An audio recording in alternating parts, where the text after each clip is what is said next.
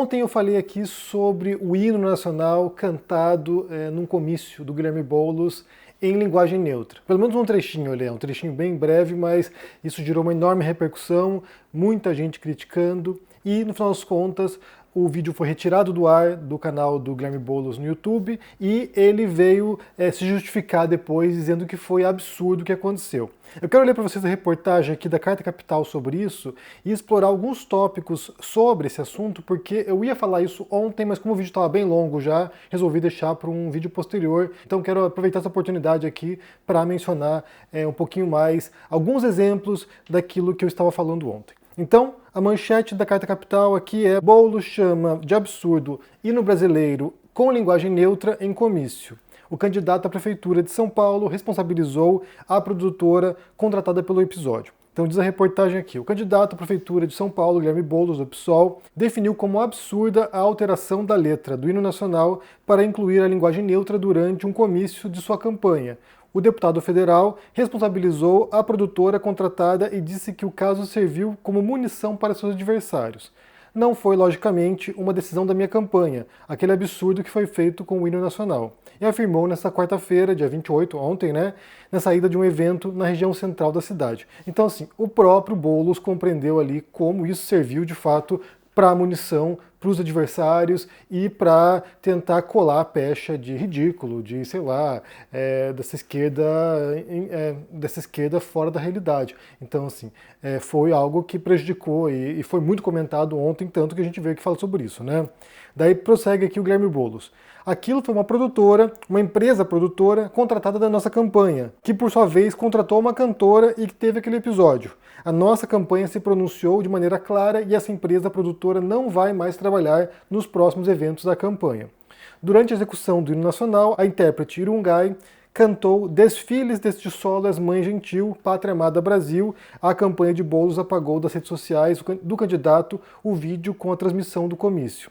A alteração na letra repercutiu de forma negativa e levou Boulos e o presidente Lula, que participou do evento de campanha, ao centro das críticas. A agenda também contou com a participação de ministros e de Marta Suplicy, candidata a vice-prefeita na chapa do deputado federal. Repudiaram a mudança no hino figuras como deputados federais Kim Kataguiri, Nicolas Ferreira, Eduardo Bolsonaro. A ex-primeira-dama Michele Bolsonaro, que dirige a seção feminina do PL, também usou o caso para atacar Boulos e Lula. Então aqui o que o Boulos faz é tirar o dele da reta e dizer o seguinte: olha, não foi decisão minha, isso aqui foi a produtora que contratou a cantora que fez essa alteração e isso aí gerou esse rebosteio todo.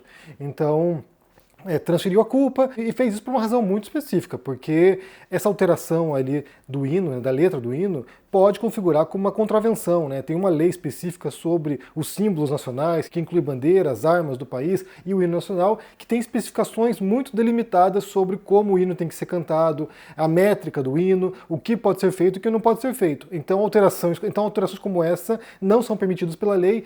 Esse tipo de regras sobre símbolos nacionais varia de país para país.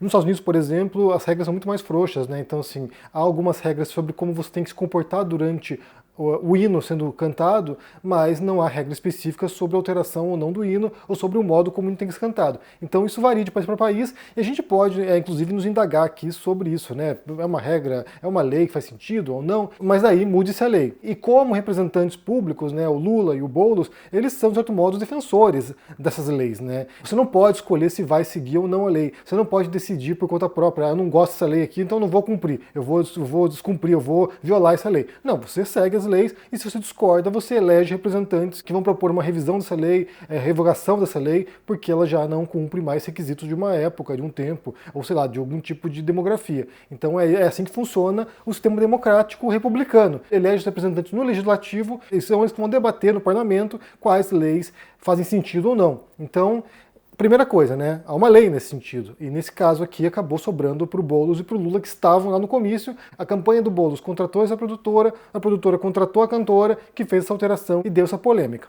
Mas o que eu quero falar com vocês hoje não é sobre isso, mas sim sobre alguns exemplos de caso daquilo que eu mencionei ontem. Eu trouxe para vocês ontem aqui duas referências, por um lado o Zizek e por outro lado o Chomsky, falando sobre a questão da política identitária. Isso aqui é relacionado à linguagem neutra, mas também a outras táticas ou outros objetivos de certos grupos identitários que vão forçando as tintas e que vão levando certas pautas às raias do absurdo, que é como diz o Kill Boulos, né? Foi absurdo isso aqui, não faz o menor sentido, e aí isso gera uma tensão numa disputa cultural, numa guerra cultural que se dá pela conquista do imaginário dos cidadãos de um país.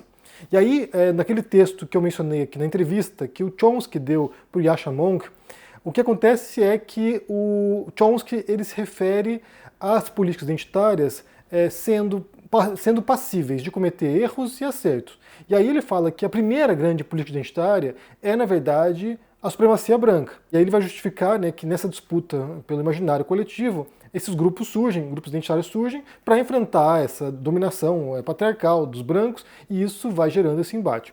Bem, partindo desse ponto aqui, eu quero trazer para uma experiência pessoal inicialmente, depois para uma referência textual, né, de um autor que trabalha com essas questões de disputas de ideias e de classes na história dos Estados Unidos.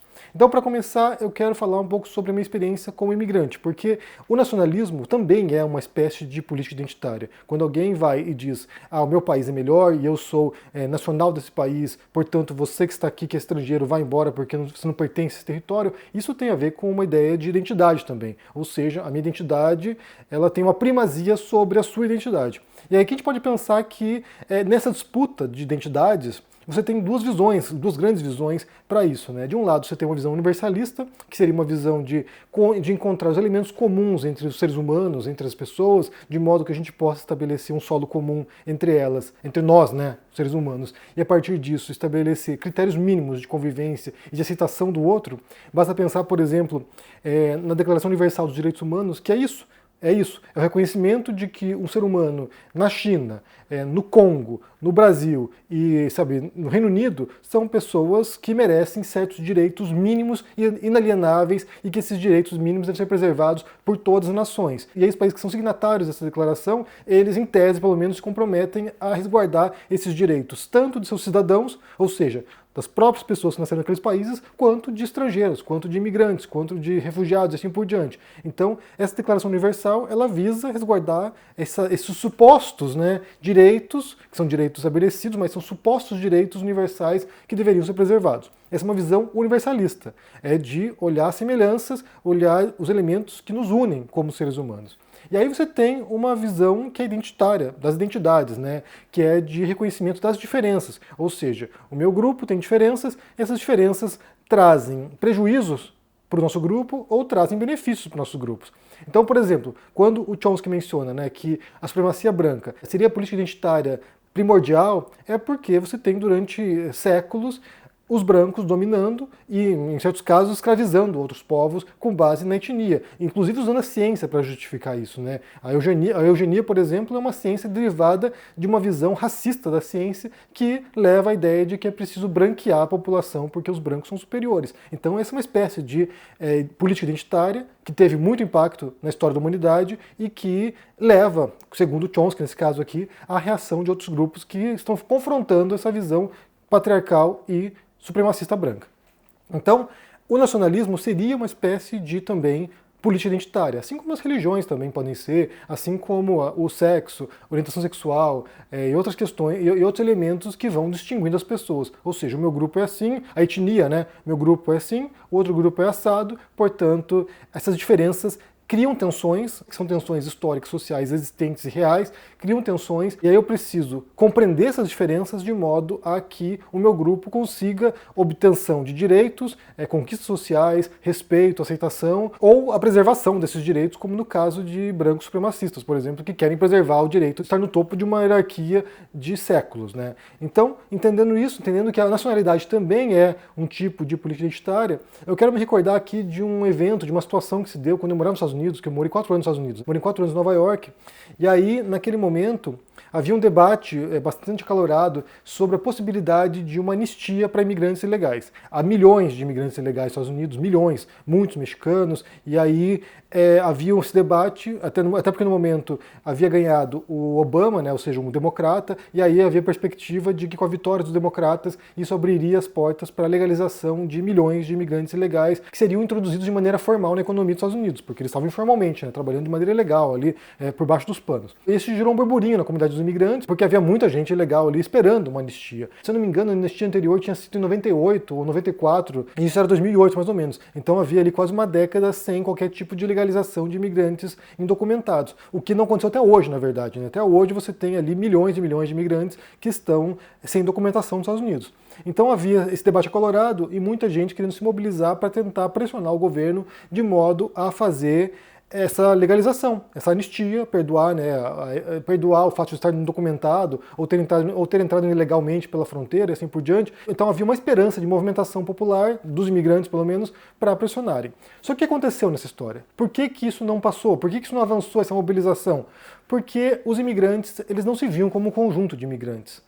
Então, assim, você tem lá a comunidade latina, né, os latinos nos Estados Unidos. Os latinos é uma definição genérica para uma série de pessoas de diferentes países e que não se enxergam como um grupo homogêneo. Então, assim, você tem lá os mexicanos. Os mexicanos não se veem como latinos, no sentido mais abrangente. Se veem como mexicanos.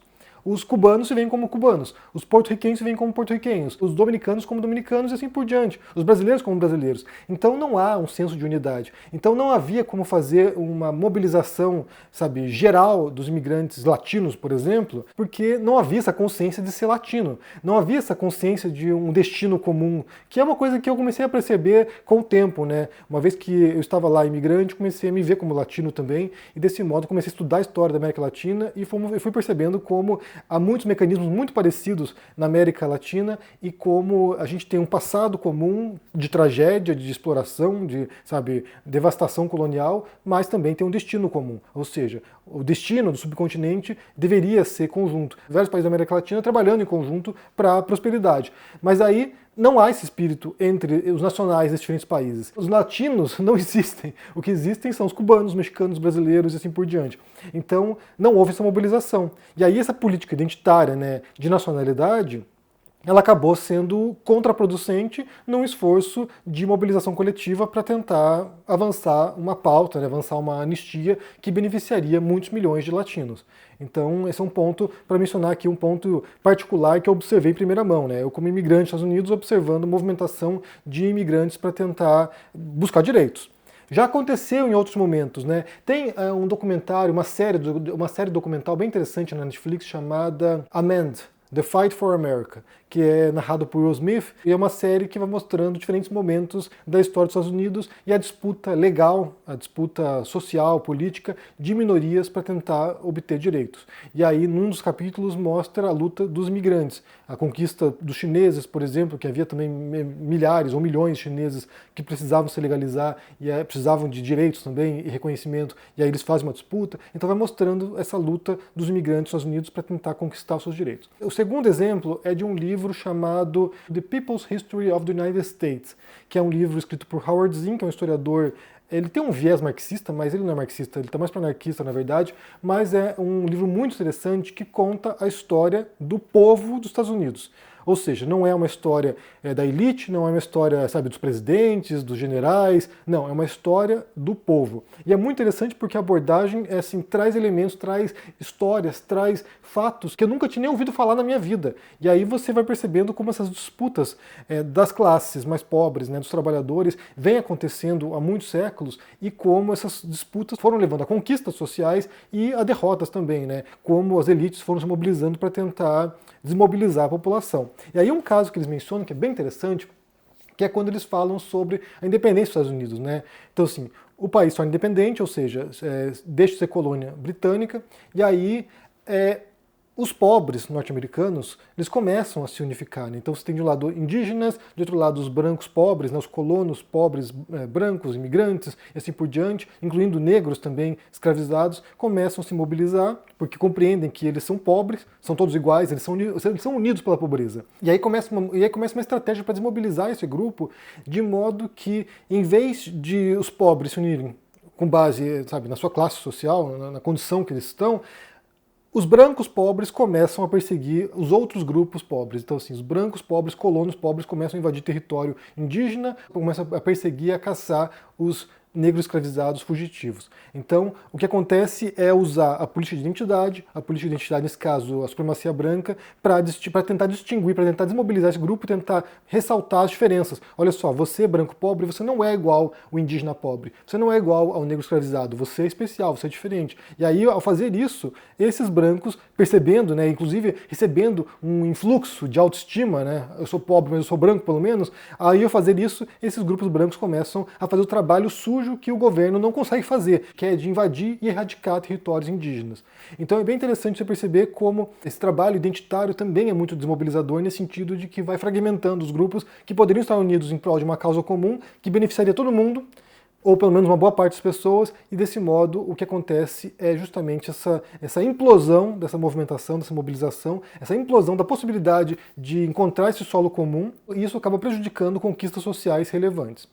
Bem, menciono isso aqui, como eu falei, como uma continuação do vídeo de ontem. Ontem eu mencionei esse caso da linguagem neutra aqui, mencionei o caso do Boulos e citei aqui dois autores, como eu falei, o Zizek e o Chomsky, para falar sobre isso. Então, se você não viu o vídeo de ontem, recomendo que volte e assista para compreender aqui qual é o ponto de partida, né? Eu quero saber de vocês como é que você entende isso, como é que você entende, primeiro, as desculpas do Boulos, se elas colam, né? Ah, não, a culpa não é minha, a culpa é da produtora. Eu contratei a produtora, mas não tem nada a ver com isso. Como é que você entende isso, se isso cola ou não? E como é que você entende essa distinção entre universalidade e identidade, né? Como isso aqui é parte de duas visões bem distintas do que seria o ser humano e os grupos aos quais a gente pertence, e como é que você entende o papel de cada uma dessas duas visões para a mobilização das pessoas em prol de um mundo um pouco melhor. Como é que você entende isso? Deixa aqui embaixo no comentário, deixa o joinha, se inscreva no canal aqui, ativando o sininho, isso é muito importante para ajudar aqui no engajamento, se torne um membro de uma força e se cuide por aí. Um forte abraço e até mais.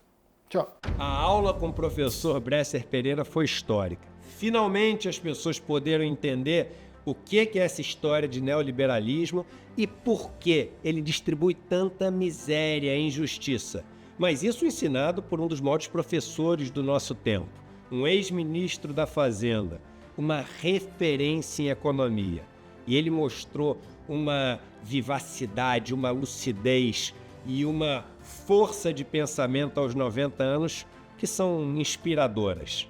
Muita gente está pedindo para poder assistir a aula novamente. E muita gente que não assistiu está pedindo para de qualquer maneira poder assistir essa aula. Então a notícia boa é que a gente liberou o replay e ele vai ficar por pouco tempo disponível para você poder assistir. Essa aula inédita, histórica e maravilhosa para entender qual o grande problema que a gente vive e quais alternativas para a gente superar esse modelo. Ah, e no final uma surpresa que a gente preparou para o pessoal que assistiu e que vai ser válida para você também. Um presente que acho que você vai gostar. Boa aula!